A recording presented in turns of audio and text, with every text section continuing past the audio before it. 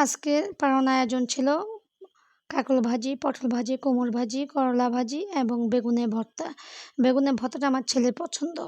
আর কালকে আমি বিপদনাশিনী ব্রত করব, সেজন্য আজকে ভাজির পরিমাণটা বাড়িয়ে নিয়েছি। কারণ আমি ২ বেলাই খেতে হবে নিরামিষ। আজকে নিরামিষ সংযম করব। তারপর কালকে আমি বিপদনাশিনী পূজা দিব। কালকে অবশ্য দই উৎসবও আছে, মানে চিরা দইয়ের উৎসবও আছে। সবগুলো অনুষ্ঠানে একসাথে পড়েছে। মানে একাদশীর দিন অসুস্থ ছিলাম, তারপরও কী করব, আমার ছেলে পছন্দ করে বা তার বাবা বাসায় আছে, শুক্রবার দিন সময় পেয়েছি, এক সিদ্ধ করেছি মিষ্টি আলু, গোলালু এবং মিষ্টি কুমড় দিয়ে। তোমরা কে কী আয়োজন করেছো অবশ্যই কমেন্ট করে জানাবে। আর মানে একাদশী পারণার দিন, একাদশী রেখে পারণার দিন আমি এই আয়োজনগুলি করার চেষ্টা করি। যদিও অন্যদিন এত আয়োজন ভাজি পোড়া করি না, হয়তো ২-১টা ভাজি পোড়া করি, কারণ সময় পাই না। আজকে স্কুল বন্ধ, সব কিছুই বন্ধ, বাসায়ও ছিলাম। এই যে দেখো গরম গরম পরিবেশন করলাম। আমার ছেলের প্রিয় আয়োজন ছিল আজকে।